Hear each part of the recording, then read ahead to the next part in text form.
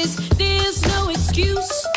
You've been loosed. This is From Destruction to Dignity with Janice Pons. Each week, Janice shares her wisdom to enlighten, educate, and advance the culture in America today. Janice Pons is a mother, author, and free thinker, and your host for our podcast this evening.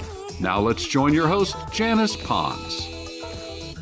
Greetings, greetings, greetings. Come on in. Welcome, welcome, welcome. My name is Janice Pons. I am the host on this podcast, From Destruction to Dignity, Clinical Perspectives, Spiritual Truths. We are going to continue our amazing fact-finding journey about our great nation because we're going somewhere and it's expecting us when we get there in terms of the improvement, the understanding of, and the undergirding of our great nation. I want to remind you, we got the huge 1 million voices arising on our Washington Federal Mall on October the 12th. Thank you for those who have signed up to go with me on the Janice Pons Prayer Tour.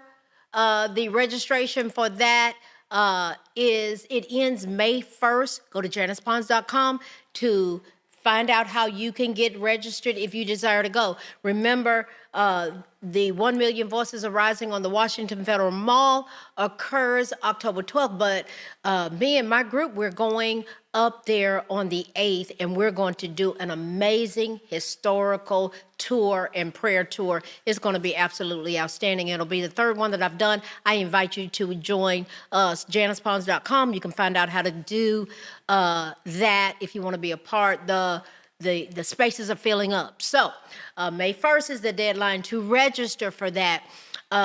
In terms of getting involved with prayer hubs for the 1 million voices arising, us being on the Washington Federal Mall together, hashtag don't mess with our kids. You can get connected there with the movement. I'm a part of that, helping them, assisting them. My vision is for the children as well, protecting them. And my vision is also for, I used to say 240 million working Americans living paycheck to paycheck. And I just learned about 3-4 weeks ago that it's now expanded by 25,900,000 more Americans, which lets me know I've been hearing the heart of God of the concern of why we need to pay attention to that and pray for them. That's my prayer. I'm lifting them up. We need a break. We need to do something different. People are hopeless and they're suffering, living paycheck to paycheck, barely can make ends meet, can't put food on the table, can't put gas in the car. Some have given up. Right now, the suicide rate in America is the highest that it's been in the history of the country. That's not acceptable to me as an American. It definitely is not acceptable to me as a licensed clinician. I love America. And where I'm at right now with America is it's not even about political parties. It's about saving this nation. And we are going to work together for our strategy to be able to effectively go to the core of some things. And so October the 12th, go to JanicePons.com. Info@JanicePons.com is where you can leave your information. I will help you get connected with the prayer hub, the overall movement. And also, if you want to have your podcast, if you want to have our podcast, which is your podcast too, because we're in this together. I'm the one just up here talking and expressing thoughts that are millions of people. This is hitting home with millions of us. So yes, it is our podcast. Yes. If you want to have our podcast live on your Facebook page, drop me a line at info@JanicePons.com to regularly schedule a live telecast in your group, and we will make that happen. Now let's dive in. Tonight, we are going to continue our journey together. We're going to talk about the accountability at another level, recalling elected officials. And from our clinical perspective tonight, we're going to talk about some general things about routines that we can do together collectively in the morning as Americans, just to consider, that will help us to reduce stress and improve our focus. There are a lot of things distracting people in our nation. Yes. As citizens, of our great nation, it's important for us to have a general understanding of processes related to accountability of elected officials and representatives. We pay their salary. Let's start there. We pay their salary. That means they work for us. We the people, the ones that's now grown into 265,900,000 who are living paycheck to paycheck, barely making ends meet. And we are the ones, based upon the tax structure as it is now, are the ones that are undergirding and supporting the pillars of our great nation, because everybody's not paying those taxes. They are not. For those on Capitol Hill, remember, we're paying $174,000 a year for their salaries, the freebies, the perks, all of it. Here's an important question.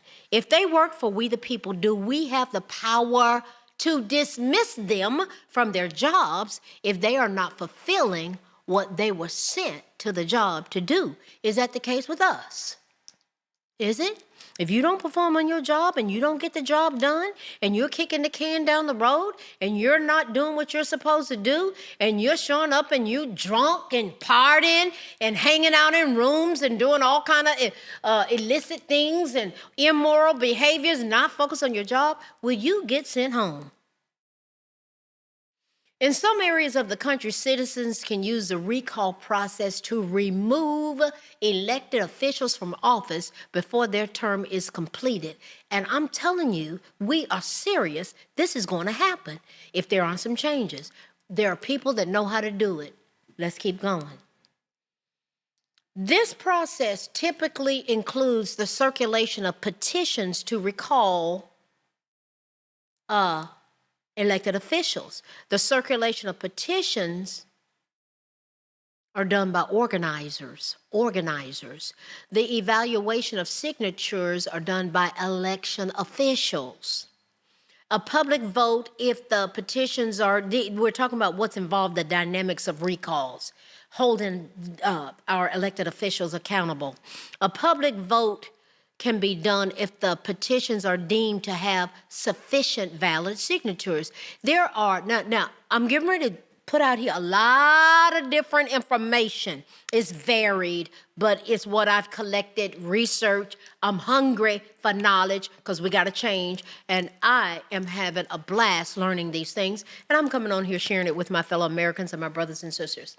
There are 39 states that allow citizens to recall local elected officials, and 19 states permit the recall of state officials. Of those 19 states, citizens in 10 of them can recall any kind of state-level elected official. 7 of the states only allow citizens to recall state executives and legislators, but not appellate judges. Rhode Island only permits the recall of state executives, and Illinois only permits the recall of the governor. Now, we're putting facts out here about our nation. There are different dynamics going on in different states and cities and regions and so forth. In Virginia, recalls take the form of petitions to the state's circuit courts. Virginia laws allow local officials to be recalled, but it is unclear whether a state official can be recalled. There is cloudy in some areas. Stick with me here. There is no precedent of a state legislator or governor in Virginia having faced recall. Virginia is the only state not to use elections for its recall process. Isn't that interesting? Unlike other states that hold recall elections when citizens have petitioned for recall, it is then sent to the state circuit courts for trial. Wow, that's Virginia. 11 states, do not permit the recall of elected officials. These states are Delaware, Indiana, Iowa, Kentucky, Mississippi, New Hampshire, New York, Pennsylvania, South Carolina, Utah, and Vermont. State officials that can be recalled, it's all based, in terms of the ones that can be, it's all based on state law. Let's look at a few examples in the nation. Alaska, for example. All elected public officials in the state of Alaska, except judicial officers, are subject to recall. Alaska. Signature requirement is involved. 25% of the last votes cast for the office is what the requirement is regarding signatures. Now, Georgia, let's look at Georgia. The General Assembly is thereby authorized to provide by general law for the recall of public officials who hold elective office. There's a signature requirement. Statewide offices, 15% of eligible voters for the office of last election, 1/5 from each congressional district. That's the requirement. Got to get signatures. We're talking about a campaign. We're talking about people working together.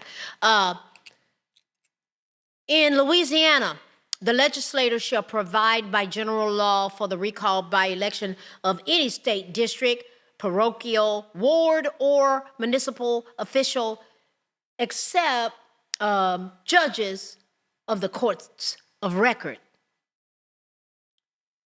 40% of eligible voters for the office of the last election is needed for signatures. New Jersey.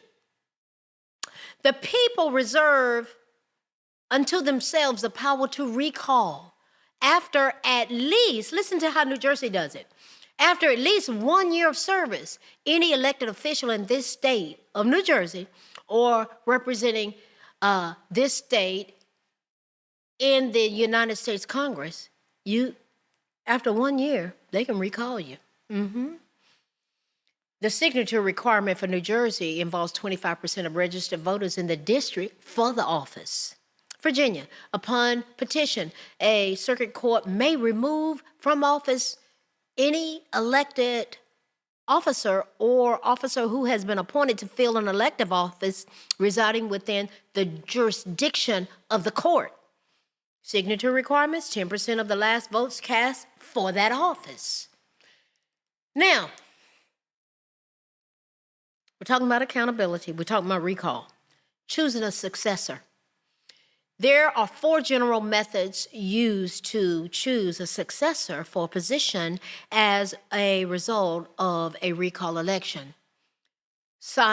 Simultaneous election. The potential successor is chosen on the same ballot. This is used in Arizona, California, in state-level offices only for California, Colorado, Michigan, Nevada, North Dakota, and Wisconsin. Now, here's another scenario, separate special election.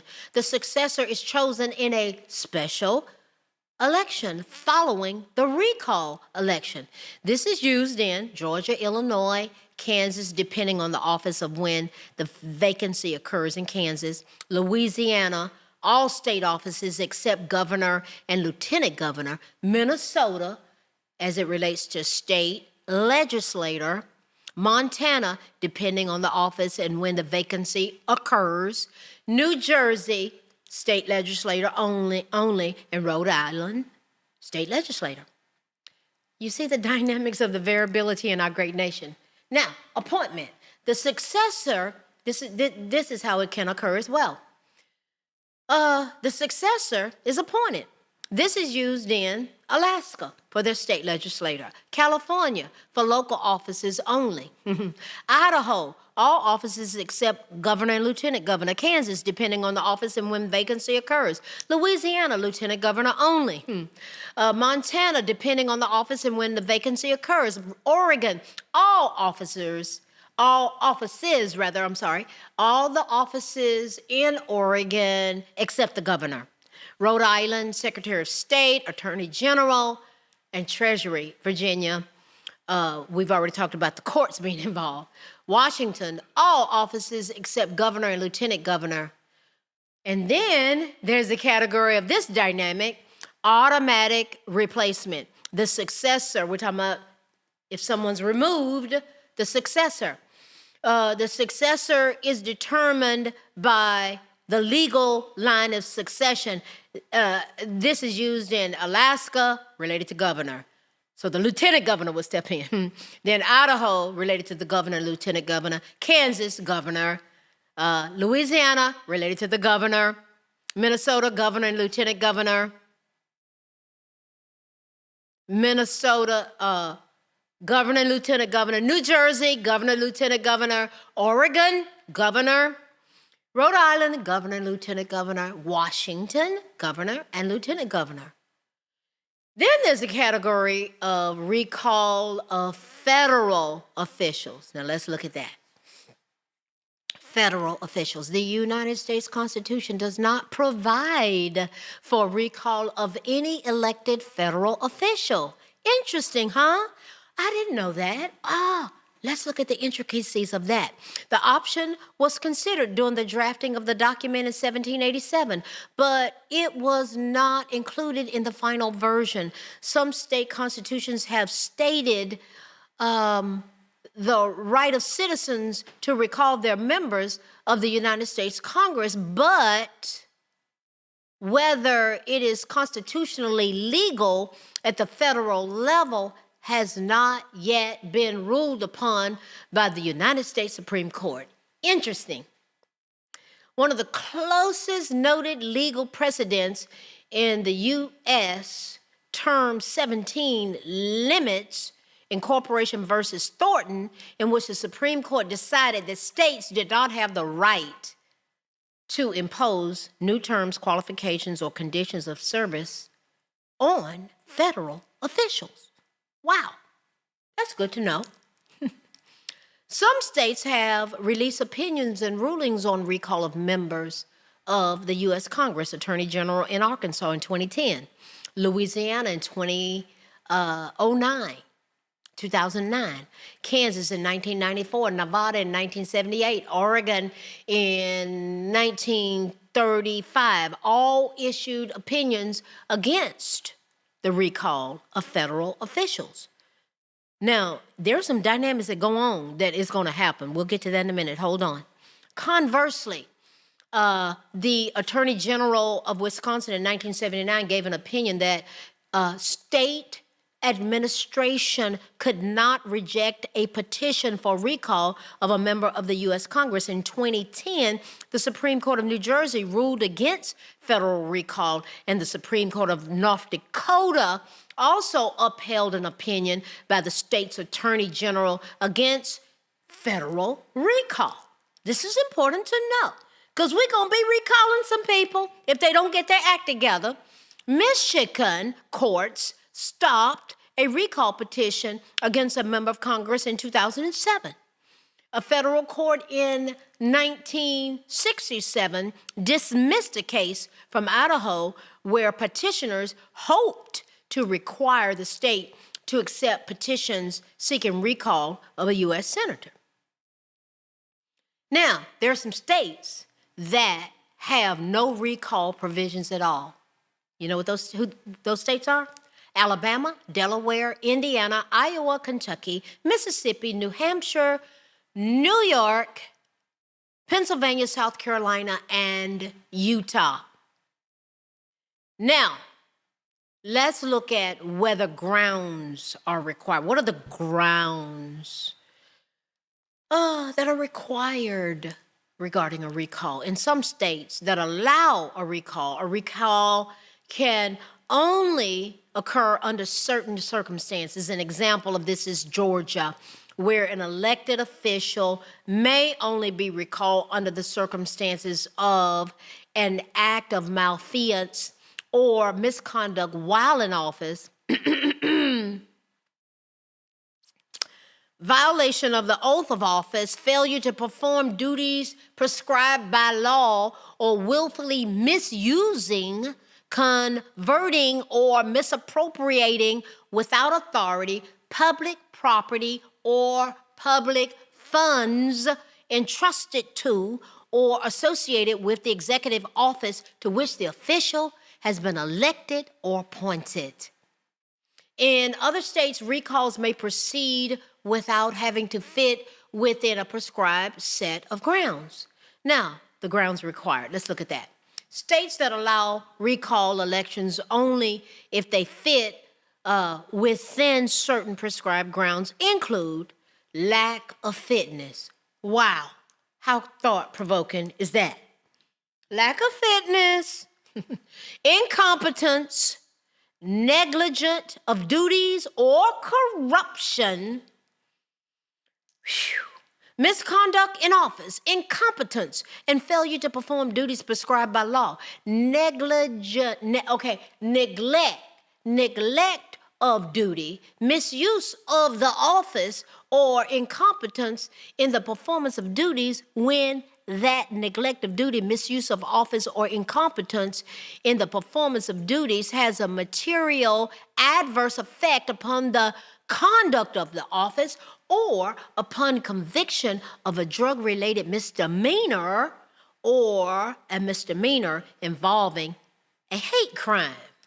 Misconduct, malfeasance, non-feasance, crimes in office, drunkenness. Wow.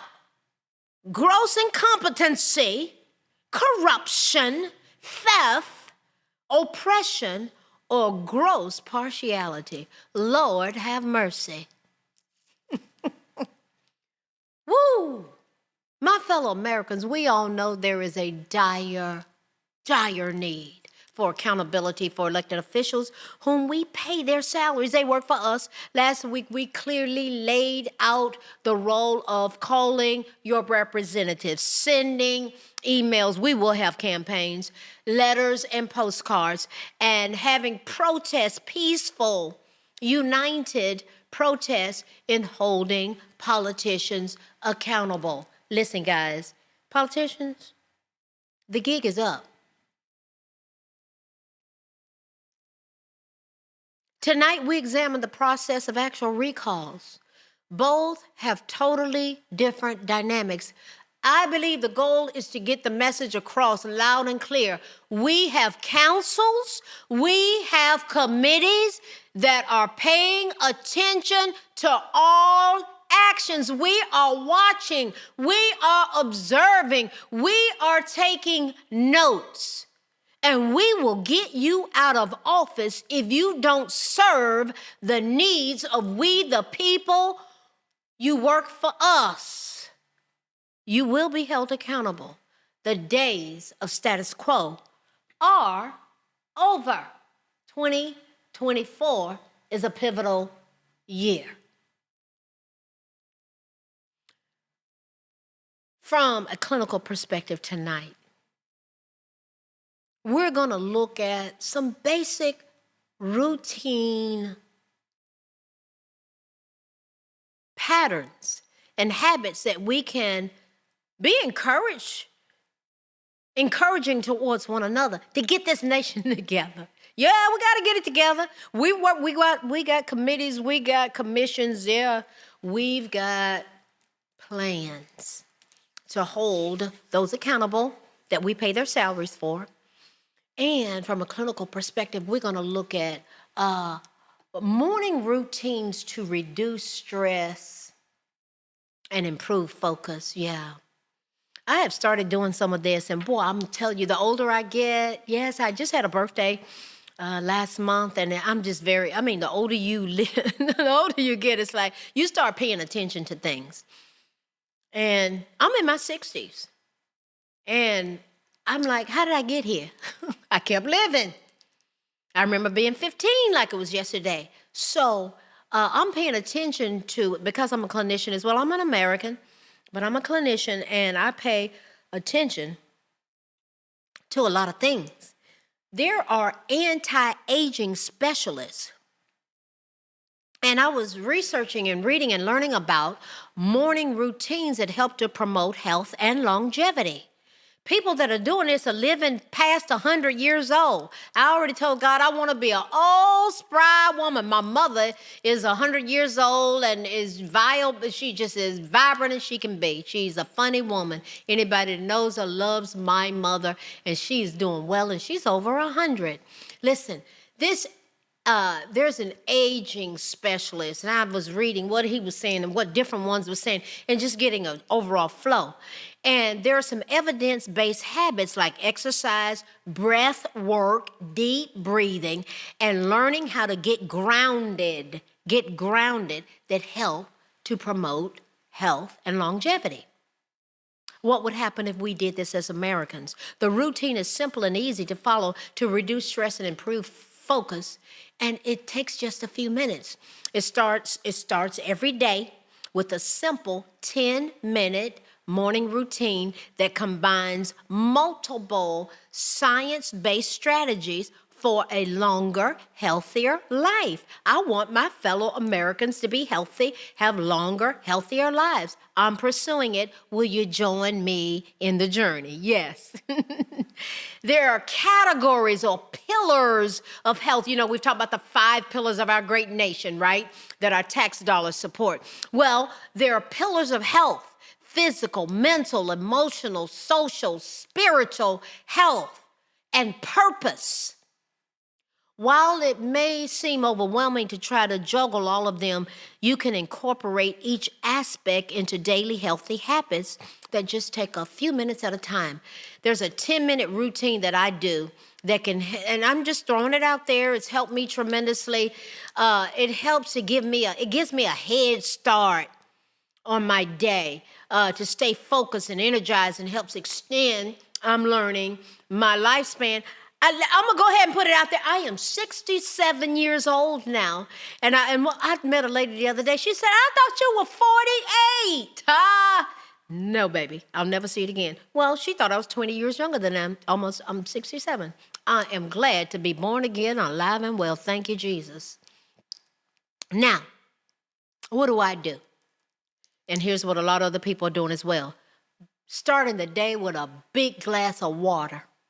And actually, my goal is to drink 4 glasses of water before I go to work.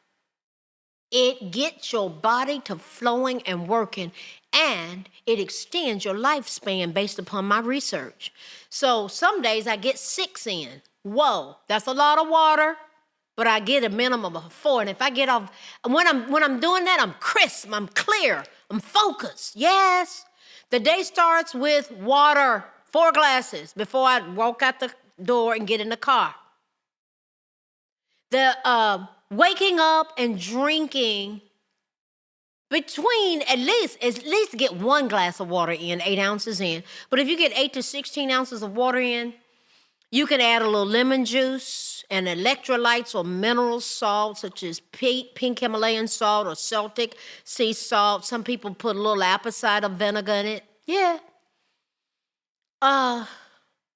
Trace minerals, elements like calcium and magnesium.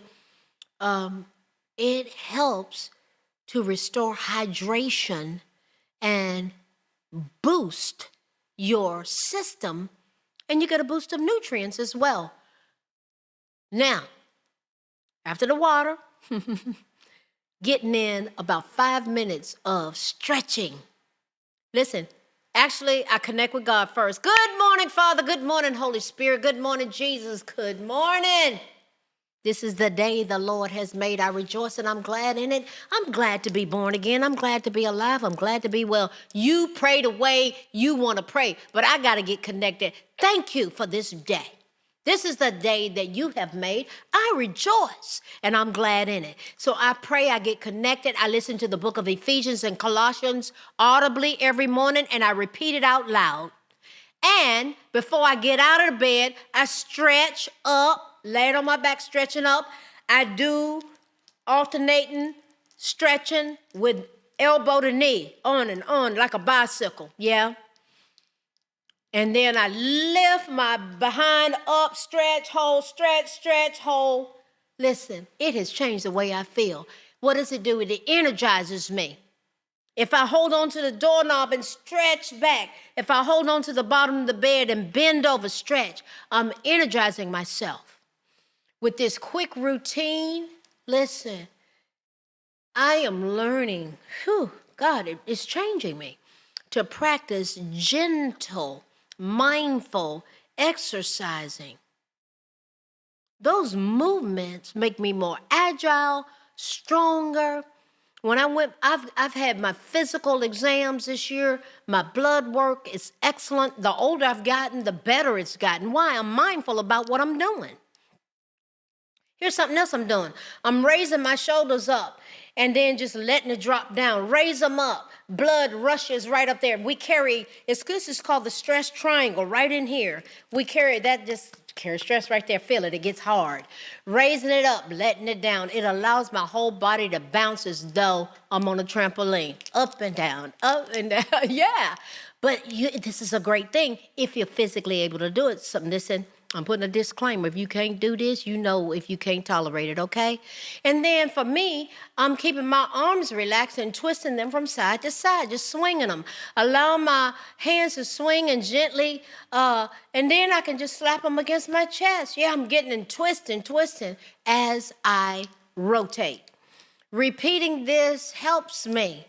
It helps me to be limber, to be energized. Evidence suggests that short periods of exercise, particularly movements that raise your heart rate, can improve focus, and it helps to stave off negative health effects of being sedentary. Guys, the older I'm getting, the better I'm getting. I've gotten rid of a significant amount of weight. You can go on my Facebook page. I talk about it over there. Yeah, and I feel like a new woman. Yes, I'm building energy. I'm spending time investing in me. What would happen if we spent time investing in each other, encouraging one another? If all of us did this as Americans, something to energize ourselves. A few minutes of breath work, deep breathing, helps to set the tone for the day. Yes. After exercise, after I do that, get that water in me and exercise, do those stretching and what I've already shared. Taking 2 or 3 minutes to practice breathing techniques that help enhance focus and relieve stress. When you're breathing, deep breathing, you're getting extra oxygen to your brain. Yes, there are a variety of deep breathing strategies you can try. The simplest is to inhale slowly through your nose, hold it about 4 to 5 seconds, and hold it for 5 seconds, and exhale for about 5 to 8 seconds. In slow through your nose, hold it, 5 seconds, out slow through your mouth. Inhale through the nose, focusing on belly breathing, and expanding your belly, your abdomen. It works wonders.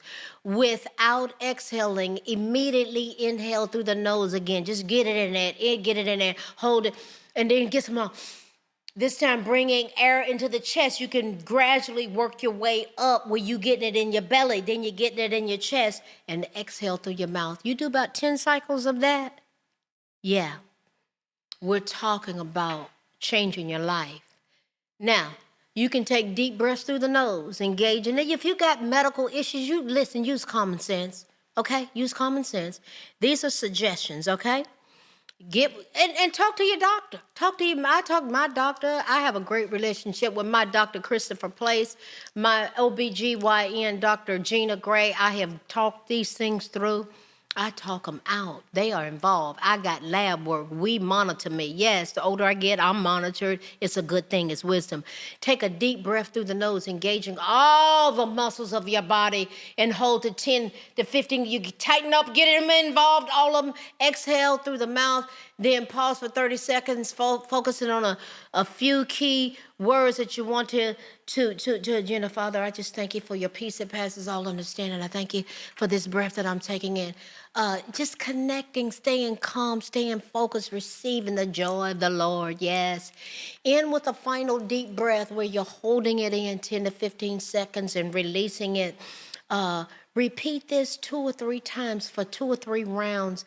Listen, this can change you. And if you combine gratitude with this, it can change your life. Yes, gratitude. When I meditate, stop being goofy and thinking if you hear the word meditation, it's talking about some kind of thing that is against your religion or your faith. The Bible talks about meditation. Most religions talk about meditation. Meditation is simply focusing on something. When I focus on gratitude, I am so grateful, Father. I am so grateful. Girl, I'm just grateful. Focus on being grateful. Meditate on being grateful. It can be as simple as taking 1 minute to focus on things in your life that you're just grateful for. It causes changes in the body and brain, and it can boost health and longevity. For instance, scientific evidence supports that gratitude releases, when you're thinking about things you're grateful for, guess what it does? It releases feel-good hormones like oxytocin, that's how you call it, oxytocin, that help reduce blood pressure and regulate other measures of physical and mental health. Every time that we feel gratitude, every time we feel it, there's a biochemical response that has anti-inflammatory benefits. What have we talked about tonight? We've been talking about accountability. Listen, our officials, y'all need to do some deep breathing, get yourselves together and start working for us and get focused.